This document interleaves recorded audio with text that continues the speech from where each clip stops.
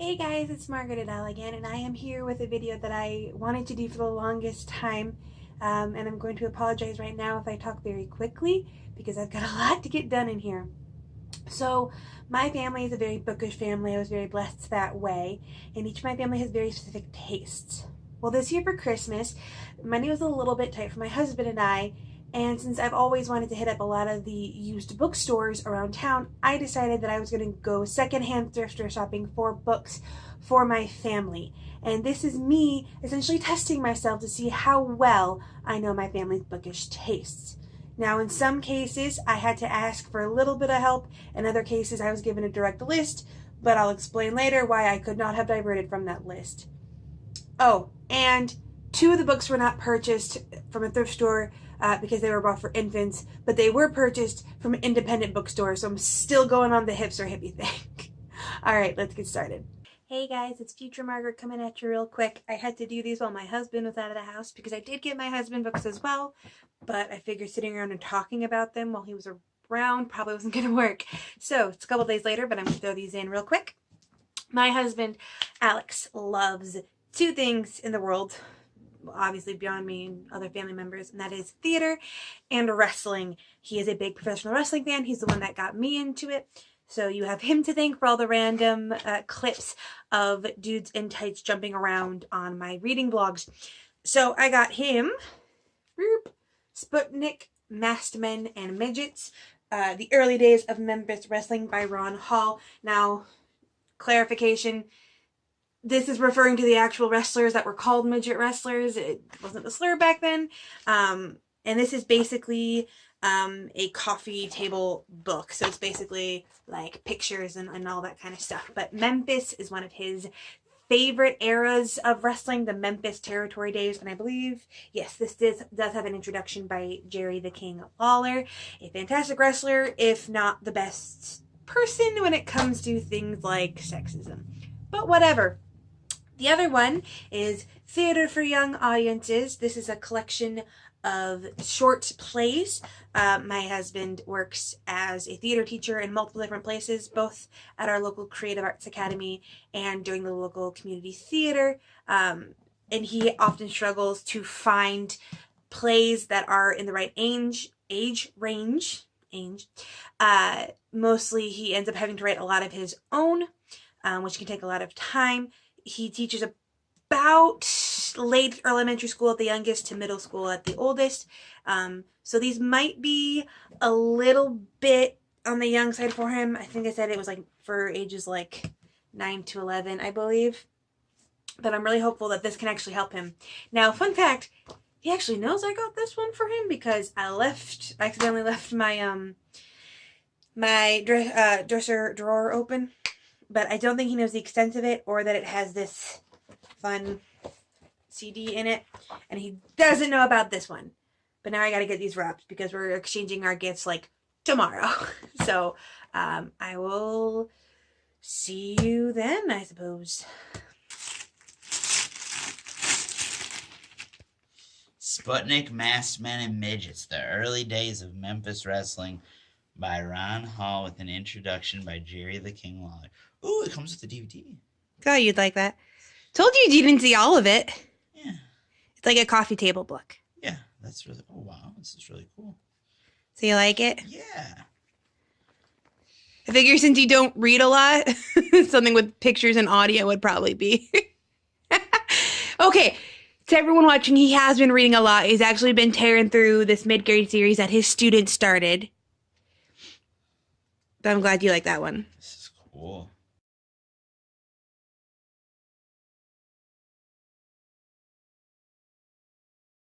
So first up is my father. Now my father is a huge fan of the likes of Tom Clancy and Clive Cussler. He wants jaw-dropping action and lives in danger and governments about to topple. He also has a strict requirement for how long the book must be. He will never read a book from an author he has not read before unless it is a minimum of 400 pages. He insists that anything under 400 is not a real book. And while I disagree with that, I was going to stick to that rule for this challenge. Or gift giving. I mean, I'm considering it a challenge, but it's still Christmas presents. So I got him The Promethean Deception by Robert Ludlum. Admittedly, this one reads generic to me. An old retired spy gets pulled back into the game and has to go through his old training grounds and that kind of stuff. Fairly standard. I believe my father has read Robert Ludlum. I don't know if he's read this one, but in my mind, if they already have read one of the books I've picked out for them, I'm counting that as a success anyway, because clearly I know that they would read it. This one is actually something I would more likely read, and you can just ignore the sticker. That is Scarecrow by Matthew Riley. This involves a bounty list that was sent out with, I believe, 15 names, and there's a $20 million bounty on each of them, including the protagonist. And what is his name here? Let me remember. Shane Schofield is the name of the protagonist, and he has essentially has to survive all the bounty hunters from across the world coming after him and figure out why he was put on this list. Admittedly, this is the one out of the two that I would probably read, and like I said, they're both over 400. So I'm fingers crossed hopeful. My father is probably the biggest book zombie, is so specific. So that's one of my bigger challenges, but fingers crossed. Got in trouble. I feel like What? That Christmas Day I read 10 hours straight. I got in trouble. I feel like if I had a kid that was willing to read that much, that'd be like a fantastic thing. No. No. He wasn't a kid. He was a dad who didn't help with the kids at all. He was a dad who left me to solo parents because he read their 10 hours straight. What they call Dad? The Scarecrow. Please show it to everybody. Sorry. Oh, okay, like him, Jim. I Yeah. think you will. I have a friend who's really into Nelson. And- Okay. And they're over 400 pages because I remembered. It's not a real book. Yeah, it's not a real book. Not worth reading if they're not over 400 pages. They have to be over What if 400. the font's a different size? 2 words per page. Big old font. So they are authors you read? Oh, yeah. Awesome. Oh, that Ludlum. Oh, my word. Thank you. Next up is my mother. My mother loves the likes of Janet Ivanovich or Patricia Cornwell, specifically crime-related books that basically written by women. And I know that sounds sexist, but for some reason crime books written by women with female protagonists tend to read differently. So I got her The Search by Iris Johansson, however you pronounce that. This involves a woman that is part of a canine search and rescue unit and her dog, so it involves a cute dog, that essentially are more or less blackmailed into looking into a billionaire. She doesn't really want to, but the guy kind of forces her into it. And again, I know that's really vague, but I got a lot to go through here. So this does sound interesting, and it is different. I like the canine search and rescue aspect. The other one is, let me see if I can even remember. I think it's called Soul Catcher. That's what it is. The Soul Catcher by Alex Cava. I suck at pronouncing names. But this basically is two FBI agents trying to look into two seemingly unrelated murders that tie back into a cult. Much like the last one, this one seems a little bit more run-of-the-mill to me. But psychotic madmen and cults, it's usually a good time. I'm intrigued in that one. And this does appear to be part of one of those greater, every book is its own mystery, but the detective is the same. So fingers crossed for that one as well. I'm a little bit more certain of those than for my father, but you can never be totally certain. Greg gives you more for your books than this replay does. Yeah. Iris Johansson. The Search. It's about a canine search and rescue. Sweet. Nope, 9. I'm always looking for more books. This will probably, something you gave me as a gift will probably fill one of my book challenge things for 2019. Are you doing Pop Sugar? I'm doing Yeah. several, actually. It's called The Soul Catcher. One of the authors I read came out with a new release from his one of Female the leading series. character, love it. Naturally. And, Love it. Awesome, yes, yay. Fun. No, I got several book challenges I'm trying to do this year. It's I kind got of busy. 2 more. Next up is my older sister, Esther. Now, she was always the big YA fan for me, especially the fairy books. If you remember the time when those dark, unseelie court fairy books were popular. But one of the book series we both shared was a love of the Mortal Instrument series, although I introduced it to her. Don't let her tell you differently. So I asked her how many of them she had, and she said she couldn't remember exactly, but she only had the first couple. So I got City of Lost Souls, which I believe is the 5th in the series, or the 2nd in the 3rd trilogy, however you want to look at it. I'm pretty sure she doesn't have this one. Again, it's a gamble. Usually, if I'm buying someone the next in a series, I would want to know that it's exactly the next one in the series, that I'm not like, that they don't have to buy the one in between the one they already have and the one I got them, but I'm not sure. So I'm hopeful on that one. And then this one is a little bit more of a guess. This one involves a girl that has to escape the town she grew up in after she is accused of witchcraft. Only JK, she actually does have like magic abilities, and she essentially has to go into the dark forest and accept the help of a mysterious huntsman that she may or may not be attracted to try to figure out exactly how she's going to return and how to survive when she's basically been considered a witch.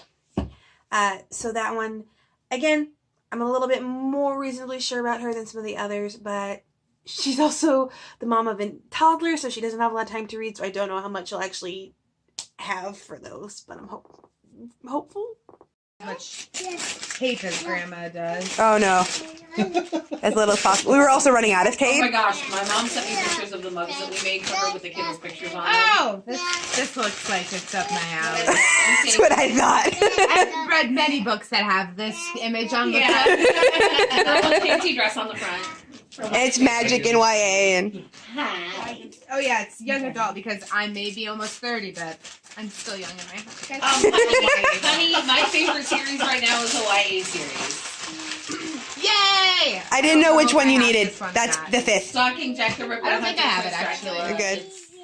It's Next up is my sister's, they don't do labels. His name is Jordan. I don't know much about his bookish tastes. He's one of the newer additions to my family. But I do know that he is a high nerd because he loves Magic the Gathering.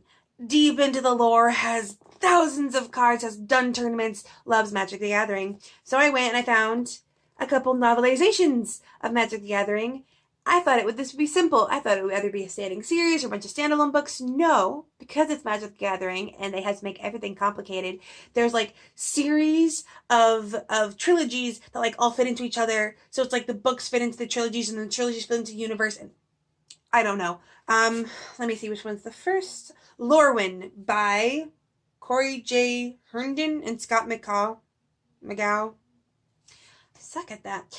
Basically, an elf is brought down from his high horse and is forced to essentially team up with those he used to think were beneath him to fight the people he once was a part of, more or less. And again, I can't really give you the back of the other one without spoiling it. And I don't know, maybe there are some hardcore Magic the Gathering fans that want to read the books. My sister says he'll love these. He loves anything Magic the Gathering, so I'm hopeful because I had nothing else for him. Does he want? She's like work-related stuff. So Oh, no, see- Yeah. I didn't do that. I either was going to go work-related or true crime. Nope, I went novelizations of Magic the Gathering, Yeah. which is as confusing as the card game. That's what explains the color cycle in deep detail. I say hi to this. She's real shy. Boy. Although she likes Oh, to no? help and dad concerns me. Everyone only got 2 or I would have gotten you all 3 in the cycle. No, that's tight. That's really cool. My younger sister, Janessa, was kind of the inspiration for this list. For the last 3 Christmases, she has given us the exact same list. Well, not the exact same, but the same idea. She is a completionist. Once she begins a story, she must finish it. So any series that she begins, she must own all the books so that she can read all the books. So every Christmas, she gives us a list of the series she is still working on with the exact books in the series that she still needs. Yes, she is that organized. And has remained as organized despite having a baby in the house. Don't know. So I got her The Girl in the Spider's Web by, I don't know how to pronounce his last name, David Lager. It's The Girl with the Dragon Tattoo series. And again, I can't really give you an overview because it's a sequel. I was surprised to see that one though. I didn't think that one would be her taste because when I knew her, she was YA contemporary all the way. The boarding houses, the girls wanting to be popular, like all of that. Which is why I wasn't surprised to see this one on our list. Rumors by Anna Godberson. Lux novel, which is essentially Gossip Girl in late 19th century New York. It's Gossip Girl, but it's Victorian era. And again, I can't give you more than that because it's the next in the series. But those I'm very sure. The only thing I'm nervous about is that someone else also bought them because she gave me her Amazon list, but I bought them used. So someone else might have gotten them off Amazon for her as well because, like I said, she gives that list to everyone. But can we just take a moment to think of the kind of booktuber my little sister would be if she had the idea to do it? She would outshine all of us. Stay away from YouTube, Janessa. Leave this to me. This is mine. Just kidding. I don't Whatever. know what series. I'm 15. Yes, I've been wanting that one. Rumors, the second in the Lux series. AKA Gossip Girl in the 19th century. It's great. It's literally just... The turning. You know, I think I heard something. I'm sorry, my bad. The turning. Rumor. This is going to be my day today. I'm glad I brought my AirPods. Hell yeah. I'm glad I brought my AirPods. Mom, it's Christmas. Martha, we just talked I got about this AirPods one. for Yeah, I know. I was really happy you just talked about this one. I had a really hard time getting through the first book. I really liked it, actually. What is it? One of the Stieg Larsson. The girl who kicked the hornet's nest, the girl with the dragon. I don't remember what number. I think it's the I second got book. to the end of the girl with the dragon tattoo, and I'm like, there's literally nobody. I in this literally book couldn't that figure out if that was the Like, second or the third book. That's okay. It actually might be number 4, but that's okay. Yeah, he had several. But you're a manuscripts completionist, done it's at the time fine. of his death. Yeah. What you did yesterday. And it's a nice hardcover. Yeah. Pretty good. Thank you. And this Next up is my sister's husband, Grant. I actually was able to go to high school with Grant, so I knew him before. And if there's one thing I know about my brother-in-law, is that he is a Potterhead. Dead serious. All the books, all the movies, is trying to collect like multiple versions. So I literally just Googled books for Harry Potter fans.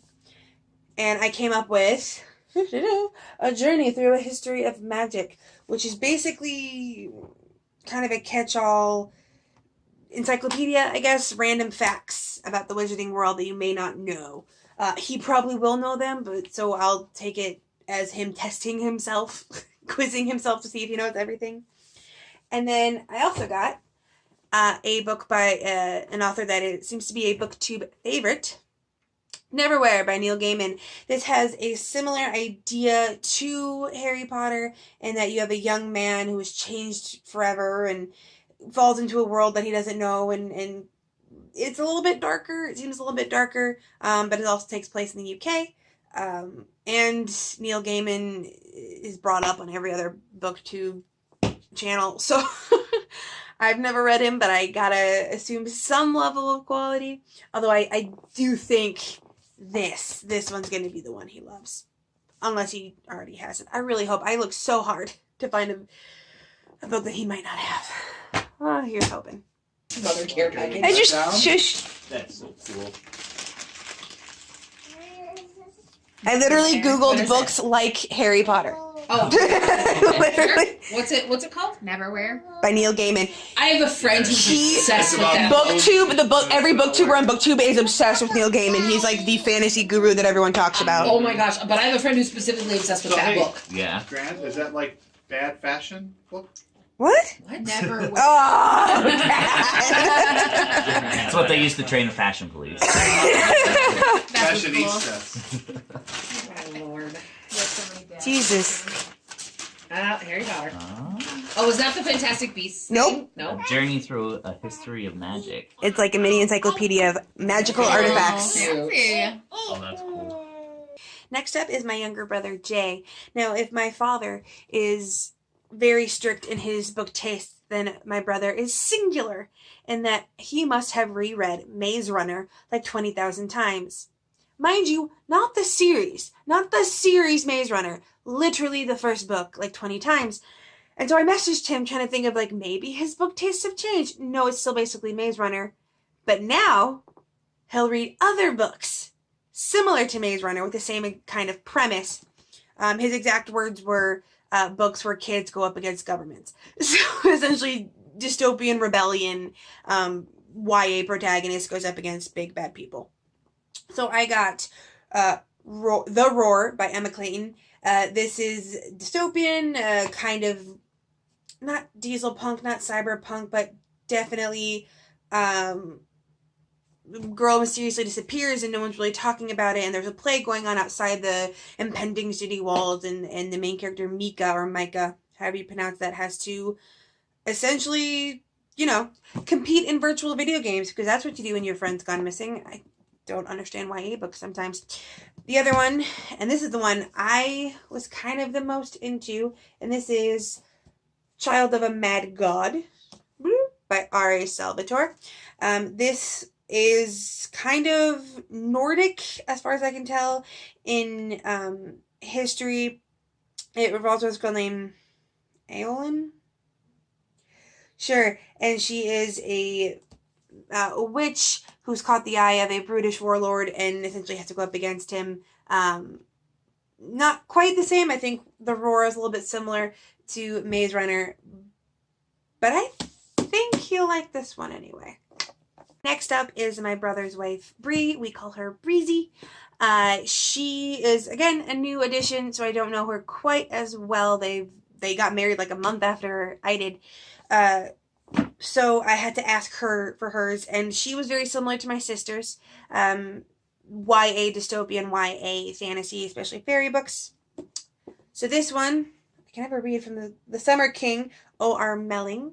This is about a girl who was searching for essentially her dead sister, because she doesn't believe she's actually dead, and she goes back to Ireland and discovers that fairies had something to do with it. And that's about the most I can give you at the moment. Trying to make this so gosh darn quick. And then we have This World We Live In by Susan Beth Pfeiffer. Sure. Give me a silent B, or a silent P, gosh darn. This revolves around a meteor that collided with the moon and threw everything on Earth sort of off its routine. And so the main character, Miranda, has to try to survive. And suddenly her, her father? Yes. Her father and stepmother come back, and so there's all of this emotional struggle on top of, just trying to survive. It seems smallish. But I know she works a lot, so maybe she'll appreciate the smallish book. But again, newer, I don't know her taste quite as well, which is weird because I know my own family so incredibly well. So I'm hopeful, but not too much. That guy is in the scandal every other week. He is a makeup artist / YouTuber / Lord. Who's a buy? Alright, the dice is now down Henry's shirt. Well, she can get it. She's trying. You got it! Well, Can you go hey, look say. back? I want to read the back. You can read the back. Being at a bookstore. What's yours, Brittany? The Summer King by O.R. Melling. We're gonna go with that one. Is that Oberon? Yes. And that's what you want it to be. Do the hardcover. Child of a Mad God. Alright, sounds four! Good author pick. Okay. It's referenced in the D&D Player's Handbook. So, I literally Googled books like Maze Runner. D&D fodder right here. What's the other one? This guy. You said you like dystopia. Pepper. Yes, I do. That's better. Oh, wow. I have so many books. They make me so You're gonna like that Our one, bookshelf Jay. has grown so much. Jay, you're gonna like that book. Interesting. I literally Googled books like Maze Runner. And I have a friend whose son is really into the whole Maze Runner series, and he loves Roar. And lastly are my nieces. Now, when you buy books for a baby, you're as much buying it for the parent as you are for the child, because neither of my nieces have yet broken 2 years old, so their interests aren't too wide yet. Excuse me. My oldest niece, Henry, and yes, her name is Henry, and if you mock her for that, I will climb through the computer screen and beat you, or whatever screen you're watching. But my niece, Henry, is going to be raised to be very woke. At the ripe old age of 1.5 years, she has a rogue NASA onesie and a shirt that says feminist like my mom. So I saw this book in an indie store and I just could not resist. And it is A for Activist, or A is for Activist by Inosanto Nagata.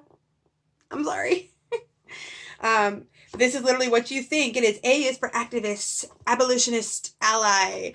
B is for banner bobbing in the sky. It is like politically woke literature for babies. So it made the most sense. I think she'll get a kick. I think Esther will get a kick out of this. Esther is Henry's mom, and the way that they're raising her and the way that they're hoping to raise her. So little, and the Big fact rip. that she even decided. I think it was That's the reason why I adorable. said The enjoy video while that it you shared, lasts. Esther, the video that you shared of Jordan folding a blanket and she runs and grabs her blankets and starts trying to fold it too. Oh, I just You got to see the front. You have to see it. You're gonna love it. Another book. Here, I'll take this. This isn't the present. She's learning. Toss it on the floor. Okay, ready? A is for Oh activist. my god. Yes. Oh, She's that's got a good one too. She's got a feminist like my mom shirt. And it's A to Z. It's all the way through. Oh, and then if you look at page C, there's a game. Oh, This is Steve. there's a game. There's a cat in every page. You have to find. Oh my God, there's a cat. Oh, this is great. Thank Challenge you. accepted. Now, my sister Janessa and her daughter AJ, or Ladybug, as we like to call her, is a little bit more standard, as far as I can tell. Not that she's traditional, not that she's, you know, putting her in pink and bows and everything, but not quite as dedicated to the wokeness. So I got something that we thought the baby would really like, and that is a thing that makes noise. Steam Train, Dream Train by Sherry Dusky Rinker and Tom Lichtenheld. So it's all about a train that travels at night, and you press the buttons when that, so it might bug the hell out of Janessa, having something that makes noise with her baby, but I do know that AJ loves noises. She's the noisiest baby, especially compared to her slightly quieter cousin. So I'm hopeful, very hopeful. And then Nancy said pool noodles under the sheets. That was interesting. Yeah. She said Keep that. Keep her in.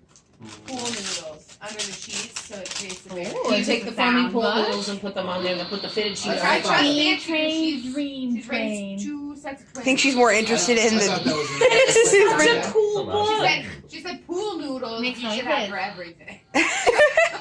We're taking ambivalent. wrapping paper. Okay. Hey guys, I just wanted to do a quick wrap up. I know this video's been super long, but if you've come this far, thank you. I loved this whole idea. I love doing this. A huge thank you to my family who all agreed to be videotaped on Christmas Day in their PJs and all of that. I'm really thankful. I think everyone liked their gifts more or less. Some surprises. I did not know my brother loved R.A. Salvatore that much. I'll remember that for next year. And also, I now have an official cup for my channel, complete with books from my stepsister, sister-in-law, Breezy. So everyone got gifts they loved, and I had so much fun with this. So thank you for watching. I hope you have a wonderful day and a marvelous tomorrow.